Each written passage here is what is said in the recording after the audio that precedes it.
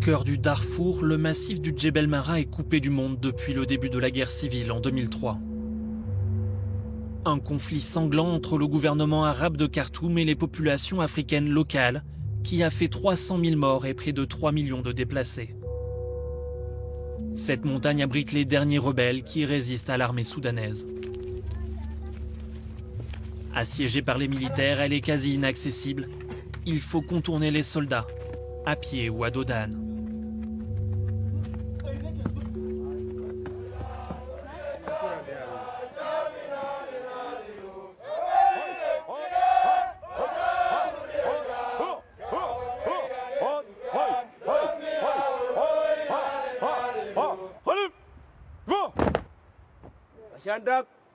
Cet entraînement est très important pour que vous preniez votre sort en main.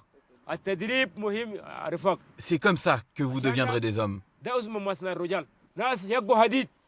Vous devez être dur comme le fer. Vous devez être une armée. À tout moment, vous devez être en éveil. L'armée doit être prête. Cette armée doit être aussi rapide que les rayons du soleil. Sous les ordres du commandant Saleh, les nouvelles recrues de l'armée de libération du Soudan. En tenue civile, elles participent à leur premier entraînement aux côtés de soldats plus aguerris.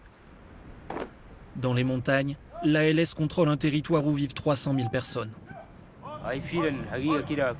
Il y a beaucoup de nouveaux qui rejoignent nos rangs.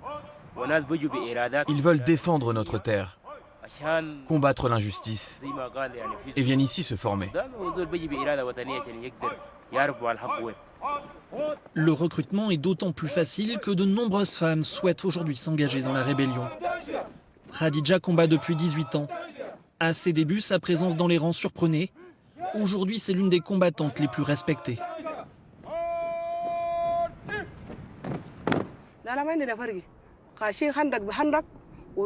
Il n'y a pas de différence entre hommes et femmes quand on fait la guerre.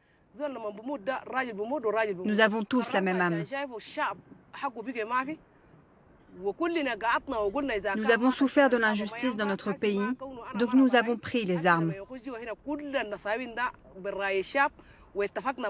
Je ne suis pas la seule, regardez autour de nous. Vous verrez beaucoup de femmes.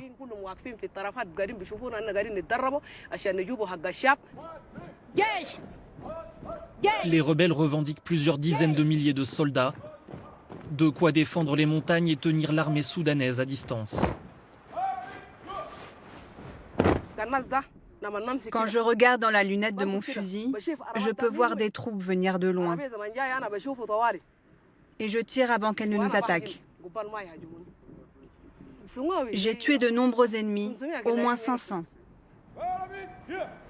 Depuis qu'elle a rejoint le Djebel Mara, les combats se sont succédés, faisant de nombreux morts de chaque côté. L'ALS parvient à résister à l'armée soudanaise malgré son infériorité numérique et son manque de matériel. Le groupe ne bénéficie d'aucune aide extérieure, les uniformes sont dépareillés, tous n'ont pas d'armes, chaque équipement est une prise de guerre. L'ALS contrôle malgré tout un territoire de plusieurs milliers de kilomètres carrés, l'équivalent d'un petit département français. Nous allons vers Koulobié. C'est un poste avancé qui défend notre quartier général. Il y a des troupes qui y sont postées en permanence. C'est aussi une position anti-aérienne qui nous protège des bombardements. Les soldats doivent s'identifier pour éviter les tirs de leurs propres snipers.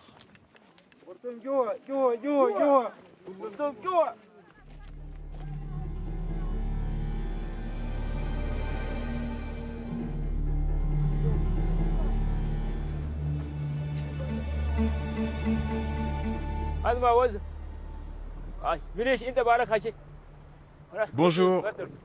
Bonjour, commandant. Bonjour. Bonjour, commandant. Bonjour.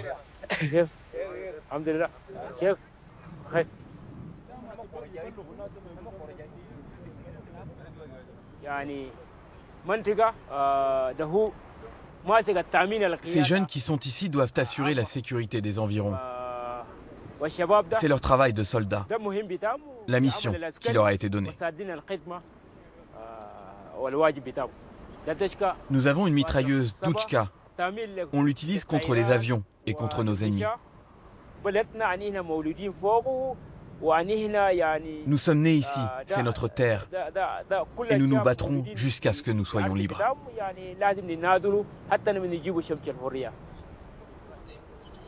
Durant 15 ans, les avions du régime d'Omar el-Béchir ont attaqué les montagnes, tuant rebelles et civils sans distinction.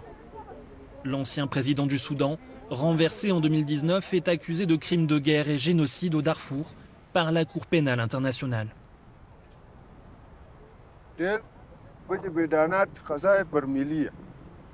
Ils nous survolaient et larguaient de très grosses bombes. Le genre de bombes qu'ils utilisaient, ils ne sont pas censés les employer contre des civils, mais ils le faisaient quand même. Ils ont détruit tous les villages. Aujourd'hui, les attaques terrestres continuent, mais les bombardements sont suspendus. Le conflit s'est enlisé dans une interminable guerre de position.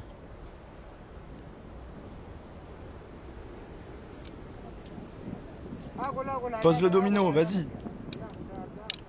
Mais pourquoi t'essayes de lui voler son tour? Nous aussi on veut jouer. Allez, dépêchez-vous. On aime beaucoup ce jeu. Mais quand vient l'heure d'accomplir notre devoir, on abandonne tout et on va défendre nos montagnes. En attendant, on prend du bon temps entre camarades.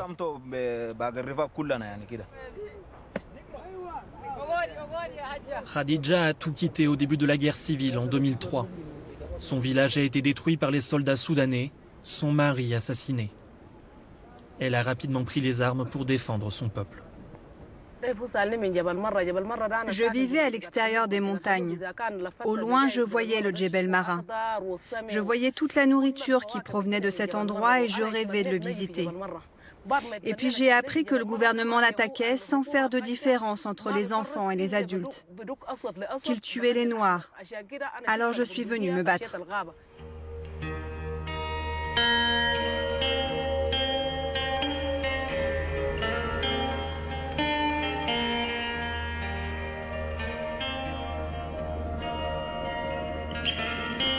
Une fois par semaine, les rebelles font un détour par Gourgangbang, le plus grand marché des montagnes. Ici, comme partout au Djebel Mara, Khadija et ses compagnons d'armes sont accueillis à bras ouverts.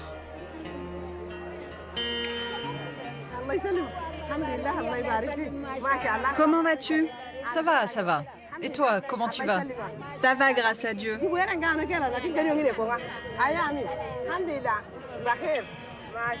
Et toi, comment ça va? Ça va, grâce à Dieu. Sous la protection de l'ALS, les civils ont pu reprendre une vie presque normale.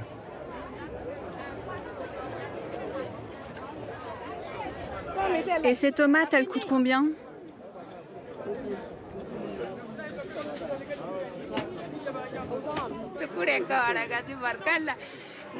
Nous sommes vraiment reconnaissants. Grâce à eux, nous sommes en sécurité. Merci Dieu. Avec leur aide, nous pourrons reconstruire notre vie. L'approvisionnement reste un défi. Sur les étals, seuls quelques rares produits viennent de l'extérieur. Le Djebel Mara vit en quasi-autarcie. Pour les commerçants, chaque tentative d'importation depuis les grandes villes du Soudan représente un risque considérable.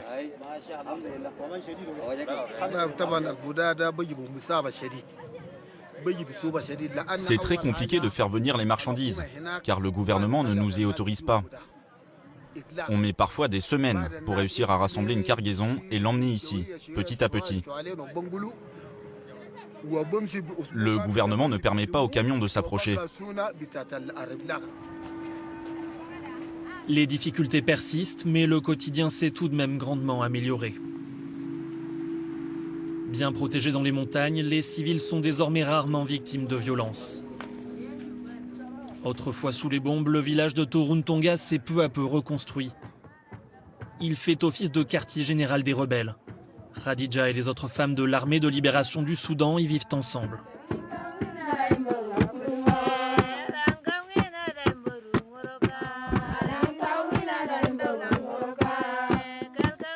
Avant de se réfugier dans les montagnes au début de la guerre, tout ont vécu l'horreur des massacres, des maisons brûlées, des terres volées.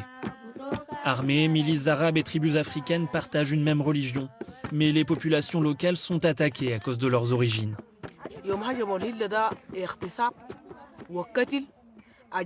Ils ont détruit nos maisons, ont commencé par violer les femmes, puis ils ont brûlé vivants les enfants et les personnes âgées. Pour venir ici, j'ai abandonné mes 6 enfants au chef du camp de réfugiés. Ils ont des cartes pour recevoir des rations de nourriture, donc ils peuvent survivre. Et s'ils meurent, tant pis. Tant de membres de ma famille sont déjà morts.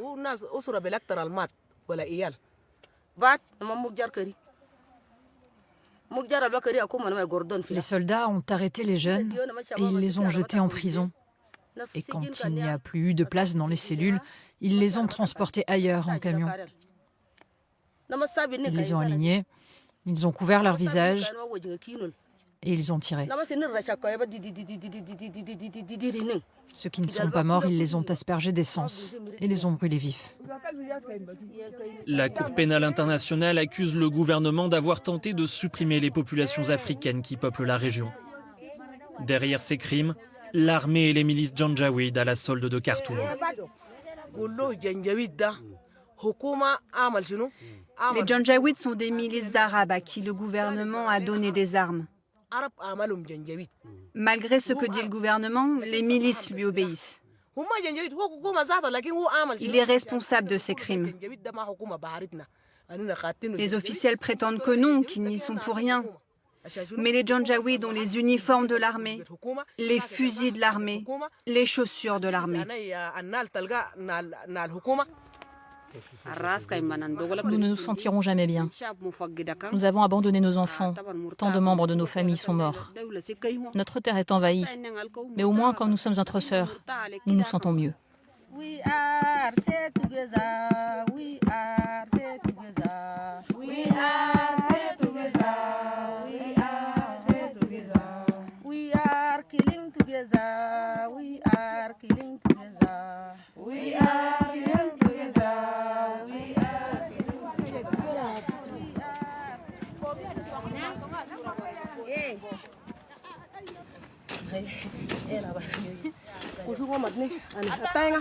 Cette année, je pense que la saison des pluies sera bonne. Oui, c'est sûr. Tu as raison. Les militaires sont bénévoles. En échange de leur engagement, les villageois leur prêtent des terres à cultiver. Plante là-bas.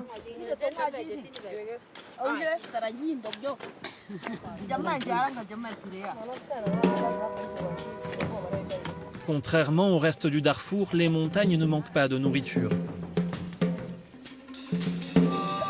Ici, les habitants peuvent vivre en autarcie sans craindre la famine.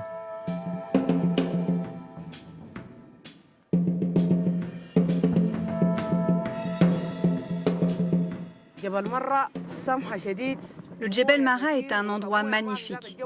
Il y pleut souvent, la météo est bonne. Quoi qu'on y plante, tout pousse très bien. Même quand il ne pleut pas beaucoup, les conditions sont tout de même bien meilleures qu'en bas. C'est très différent. Mais ici, on n'a pas d'hôpitaux, on n'a même pas de médecins. On n'a que 2 puits dans le village qui donnent de l'eau potable. Dans les autres villages, ils doivent se débrouiller pour trouver à boire.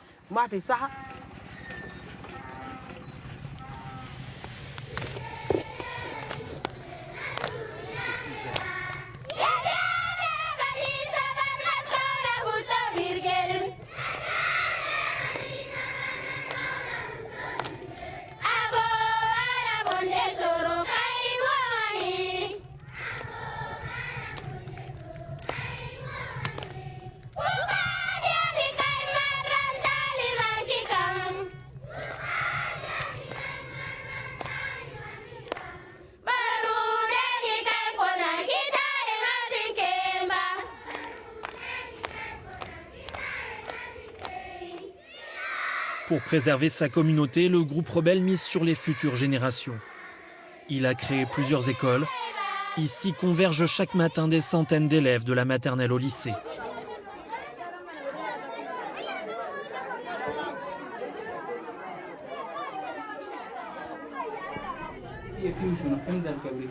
Quand on n'est pas raccordé au réseau électrique, il y a d'autres solutions pour stocker de l'énergie.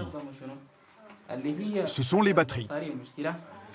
Mohamed, le professeur de physique, les encourage à poursuivre leurs études. Bien qu'en zone rebelle, leur cursus scolaire est reconnu par l'État soudanais. Après la terminale, ils pourront tenter de s'inscrire dans les grandes universités du pays. Je voudrais que vous me disiez ce que vous voulez faire plus tard. Qui voudrait faire des études?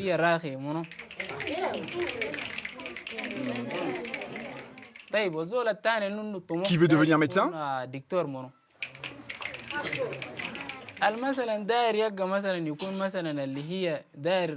Et qui voudrait être officier? Moi.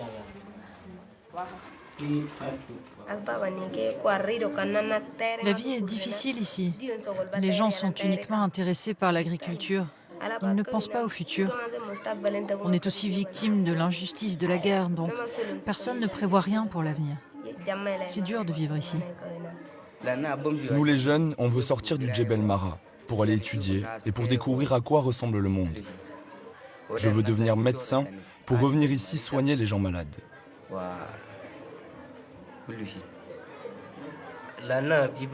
Quand j'aurai terminé mes études, je reviendrai à Torontonga. C'est chez nous ici. Les moyens de l'école sont dérisoires. Sans argent du gouvernement, les paysans doivent se cotiser pour construire les bâtiments et payer les professeurs.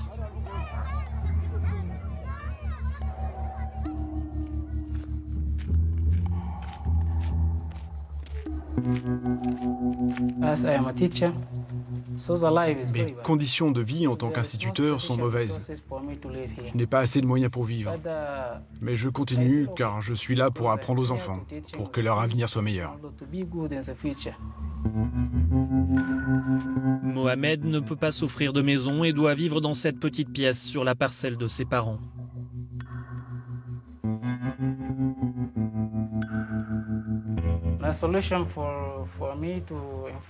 Pour améliorer mon quotidien, je vais parfois travailler dans les fermes. Je récolte des fruits ou des patates et d'autres choses. Cela m'aide un peu.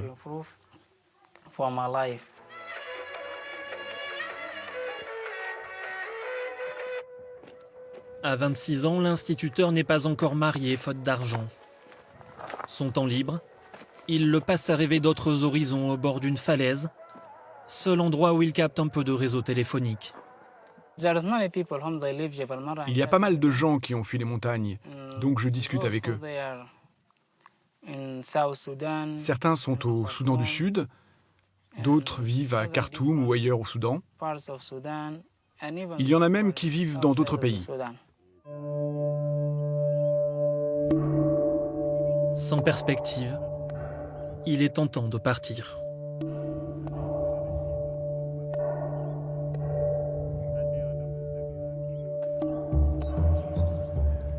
Seul un accord de paix permettrait de développer le Djebel Mara et de changer la vie de sa population.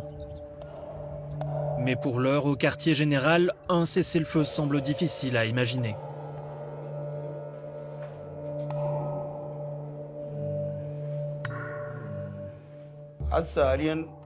Le gouvernement ne nous attaque plus directement. Mais il envoie ses milices arabes. Il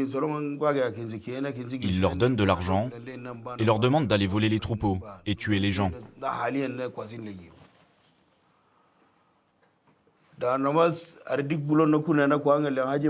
Ils attaquent les villages et volent tout ce que les gens possèdent. C'est ce qu'il se passe en 2021. Cette année, il y a eu de nombreux combats. Beaucoup de gens sont morts, comme dans le village de Greda, où on a eu pas mal de pertes. Et il y a 2 jours, il y a eu encore des massacres à l'extérieur des montagnes, à Tawila et El Jenina.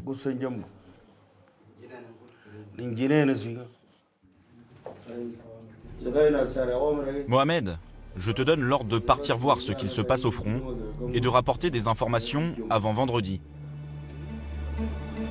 Des soldats ont été repérés la veille non loin d'un village situé à plusieurs heures de marche.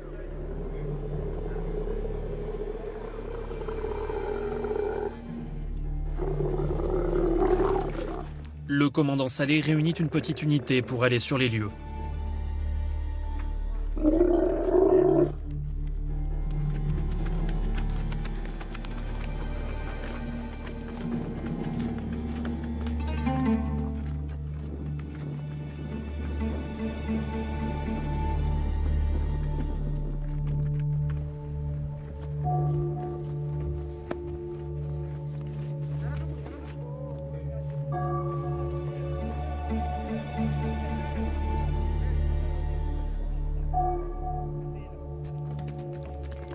La ligne de front n'est plus qu'à quelques centaines de mètres. C'est un endroit qui s'appelle Saboun El Fagour. En 2016 et 2017, le gouvernement l'a complètement détruit. Avant, les gens vivaient là, mais ils ont dû fuir. Maintenant, c'est totalement vide.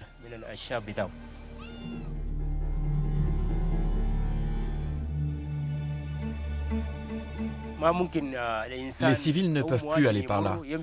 Le gouvernement contrôle la zone. C'est très dangereux. Je viens voir nos positions. Je dois m'assurer que notre défense est en place, qu'on protège bien toute la zone.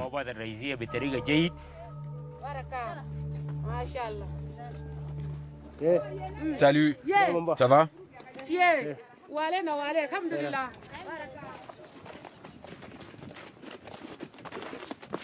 Le gros des troupes est massé sur une colline surplombant la vallée.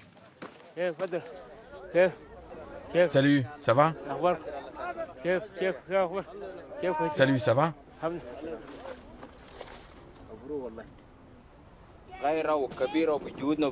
Nous ne quittons jamais cette position.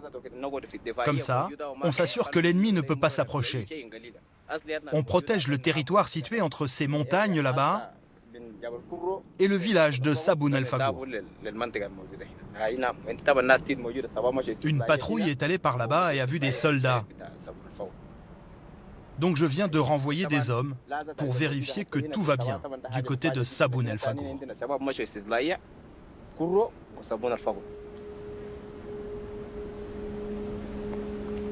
Khadija, elle, s'isole avec son arme et ses souvenirs. Face à elle, les positions du gouvernement la séparent de son ancienne vie.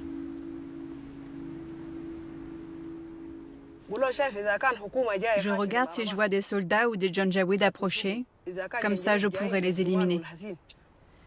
Quand je tiens mon arme, je ne pense pas à ma famille ou à mon mari. Si je le faisais, je me suiciderais.